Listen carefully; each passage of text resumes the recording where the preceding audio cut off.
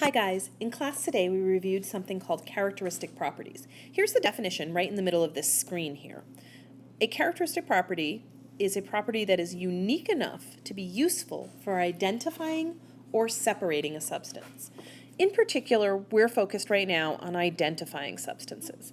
In fact, in class I gave you two glass vials, one that was tall and one that was short. In the tall vial, I put a liquid that I labeled liquid B, and in the short one, I put a liquid labeled liquid A. Now, you didn't know this at the time, but liquid B was alcohol from our alcohol burners, and that's a chemical known as ethanol. And liquid A was acetone, which is the stuff that's in nail polish remover. They smell very similar to most people, although some people can actually smell the difference between them. And that's important because a lot of students, when I ask them to figure out what these liquids are, their first reaction is to do things that they're used to doing in everyday life. Well, I'll look at them. Okay, well, you look at them, they're both clear. That's not very helpful. If you smell them, you may be able to tell that they're slightly different from each other, their smells, but they're pretty close to one another in smell, and you probably can't tell which one is which just by the smell. So smell and appearance or color is not very helpful. Those kinds of properties are not unique enough to identify the substance. Only characteristic properties are unique enough for those kinds of identifications. And there's many of them, but the ones that we do in this class are listed here. Some of them are physical properties, meaning they're properties that you can observe or measure without changing the identity of the substance. And others are chemical properties, which you can only observe when the substance is going through a chemical change, which means that the particles are changing bond partners and forming new substances.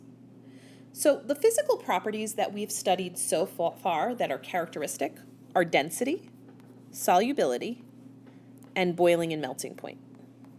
Later in this tutorial, we'll cover the bottom two, specific heat and spectra, which are new ideas that I have to introduce later. But first, I want to talk about the four that we've already done and how to do them in the lab, just to make sure you're clear on that. Because you will be asked to find the density of things, you'll be asked to find solubility, you'll be asked to find the boiling point, or maybe even the melting point of something in the very near future, and you're responsible for knowing how to do that.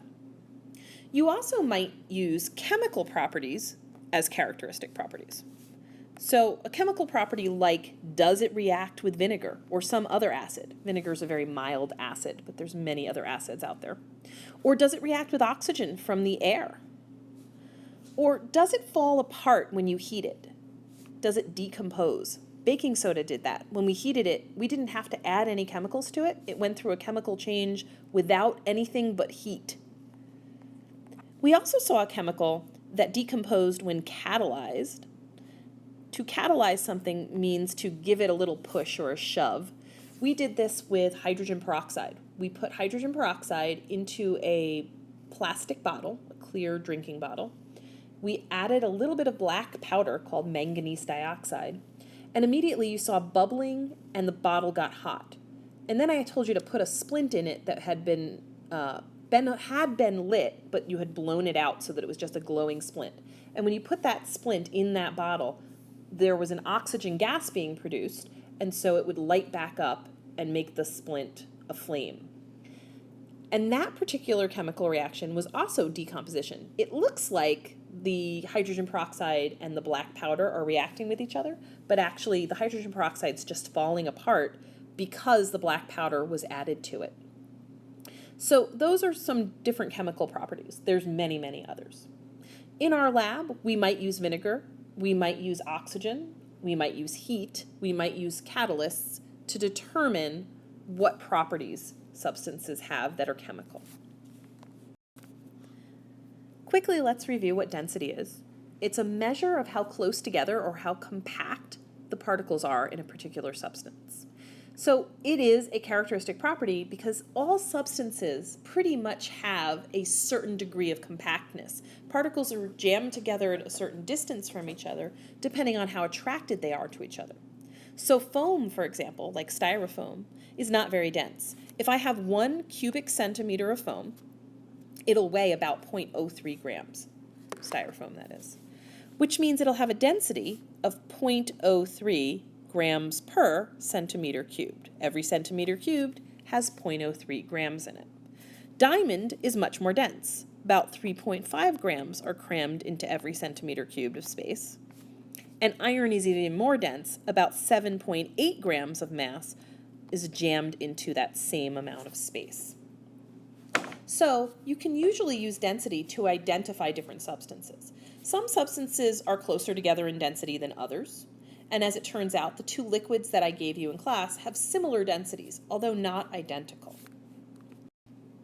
To find the densities of the liquids in class, what you needed to do was find a graduated cylinder, put it on the balance, here's your balance pan, and get the mass of that cylinder by itself. You could tear it out if you wanted to, if you had an electronic balance, or you could just write it down if you wanted to, and then subtract it out later. Then you took a pipette and you put a little bit, pipettes are these guys, right? The little eyedroppery looking things. Took a pipette and you put your liquid in to your graduated cylinder, and now you got the mass of just the liquid. You also read the volume at the same time. And then you use this formula. Density is mass divided by volume. And you had to be careful to make sure that when you found the mass and the volume, that you measured out as far as you could. The mass of your graduated cylinder, or just the liquid in it, would be something like, I'm just making this up, let's say 4.43, let's go with that, grams. That's just your liquid. I subtracted out the mass of that graduated cylinder first. And then let's say we put exactly 6 milliliters in there on purpose using the pipette. Well, if that's the case, since the graduated cylinder can measure out to the tenths place, I really should write 6.0 milliliters, not 6. And this is important because you want to keep track of how far out your answer can go, and that's going to depend on what starting numbers you had. So when I divide 4.43 divided by 6.0, I get 0.738333 repeating. And my units are going to be grams per milliliter. Students really struggle with how to say those units.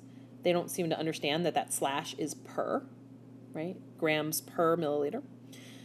And then the other thing you have to do here is figure out how many significant digits am I allowed. Well, I have 3 significant digits in my first number, but I only have 2 in my second. So I need only 2 here. I should really report this number to be 0.74 grams per milliliter. And that density, if you got that density for one of your liquids, that would probably be alcohol. Alcohol has a density very close to that. The acetone has a density also very close to that, though. It's about 0.79 for one and about 0.77 for the other, grams per milliliter. And so it can be very hard with our lab equipment to use density to distinguish those two liquids. And that's kind of annoying, but it does happen. Even though they each have their own density, they're so similar, and the number of errors that we're capable of making with our equipment are so intense that it's very unlikely that you can tell them apart this way. But we also could use a different characteristic property to tell these liquids apart. Turns out, acetone and alcohol have different boiling points, and water obviously does too. This graph has acetone graphed on it. As time goes by and you heat some acetone, your acetone will actually go from about room temperature, which is actually 20 degrees, not 30 degrees Celsius. It'll rise up and then it'll get here, which is 55. At 55 degrees Celsius, acetone will boil. And while it's boiling, the temperature will remain constant. That's called a plateau. During that state change, the particles can't speed up. Temperature is a speed. It's how fast the particles are moving. During the plateau, the particles are, instead of speeding up, are actually coming apart and turning to a gas. And until the very last particle has turned to a gas, temperature can't go back up again.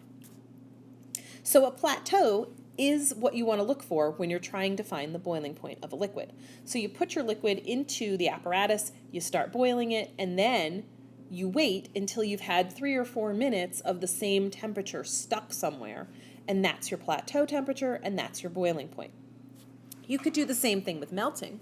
If you were heating up a solid and waiting for it to melt, you'd be looking for the point where the temperature stayed the same for a long period of time as it went from solid to liquid. If I were to put on this graph alcohol to compare it to acetone, here's what you'd see. Alcohol, the red line, is actually going to heat up at about the same rate, but it will boil much later. And that's because alcohol's particles are more attracted to each other, so they take more energy for them to turn to a gas. So around 80 degrees is when the alcohol will start to boil. This is Celsius. And the acetone, we said, boiled around 55 degrees Celsius. Our water, if we had some, and we didn't in this lab, would heat up about the same way, but it wouldn't plateau until it got to 100, whoops, which I think I just passed. There's 90, 95, 100 is here. My bad, sorry about that. We'll just squiggle that out. So water boils around 100 degrees Celsius. So we could tell all three of these liquids from each other just by heating them up and waiting for a plateau to happen. Now, we could also see what dissolves in these different liquids. Solubility is the measure of the grams of solute that will dissolve in 100 milliliters of water at a particular temperature, and it depends on temperature. At about 25 degrees Celsius on this graph, potassium nitrate, this substance, and sodium chloride, the substance down below, oops, I wanted to do that one in blue. There we go. Sodium chloride. These two substances at this temperature dissolve equally well. They both dissolve around, I'm going to say 38 or so grams. But as I heat them up, the potassium nitrate will dissolve way better. I'll get at 70 or so degrees, potassium nitrate will dissolve over here around 104 or 103 grams, whereas the sodium chloride will continue to dissolve pretty close to 40 or 39 or so grams. So solubility changes with temperature. Some things change a lot with temperature, some don't change much at all. Like sodium chloride hardly changes at all between 0 and 100 degrees. It goes up about 2 grams, the solubility. So you always need to know the temperature of something in order to find its exact solubility. In our lab, we don't usually actually find out exactly how much of something dissolves. Instead, we just kind of go with, does it dissolve at all? A cool thing to do with acetone and alcohol is to see if styrofoam dissolves in them. One of the liquids will totally dissolve styrofoam. The other one totally won't. You did a lab where you dissolved some things in alcohol and some things in water, and you found that different substances react differently. And all of this has to do with the particles and how attracted they are to each other. You'll remember that polar molecules dissolve other polar molecules, and nonpolar molecules dissolve other nonpolar molecules. Water's very polar, so anything that has charges on it, water's going to rip apart. However, nonpolar molecules, like, I don't know, a nonpolar molecule that off the top of my head, like plastic, really hard to dissolve. Okay, now it's time for the two new characteristic properties. Spectra is a physical characteristic property, and it's awesome. Spectra, you might have heard the word spectrum, as in rainbow. A spectrum is a rainbow. It's all the colors of light broken apart, usually with a prism. Light comes in different colors. We usually don't notice this because we're so focused on white light, which we use to see by. Sunlight is mostly white. White is actually the color of light when it's not broken into its different colors. When it all hits your eye at once, your brain says, I don't know what to do with that. I'm going to call that white. When you see a particular color, though, if an object is red or blue or something like that, that's because that object absorbs all the other colors of light that are hitting it, but reflects back to your eye the color that it is.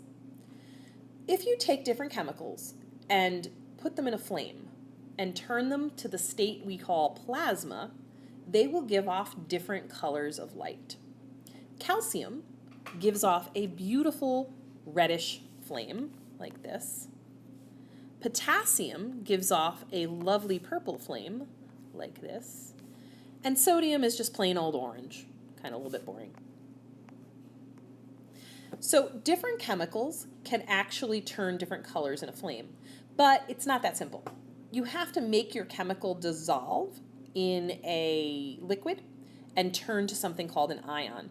So it has to be part of a polar molecule that has charges on it so that water can rip it apart and turn it into the right state so that it can do this. We'll practice this in the lab, looking at the different colors of flame that we can get from different elements.